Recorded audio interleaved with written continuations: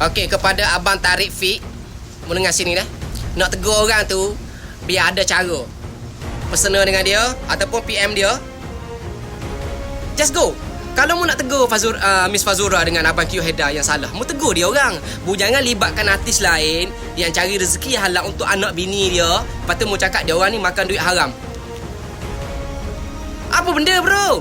Aku bukan nak backup artis ke tak, tapi cara mu tu tak kena bro. Nak tegur, tak kena. Mu bolehlah cakap yang duit haram tu daripada yang persentuhan yang bukan murid dia pegang-pegang dalam drama. Yes, yang tu betul. Mu boleh tegur, tapi mu libatkan semua artis. Mu cakap artis semua makan duit haram. Pelakon, semua penyanyi apa semua. Haram celah mana? Macam mana ya artis yang jaga batas dia orang, pergaulan dia orang, yang jaga yalah tak berpegang dalam drama apa semua. Macam mana yang tu? Itu haram juga ke? Haram juga ke? Tak. Satu je nak cakap. Go!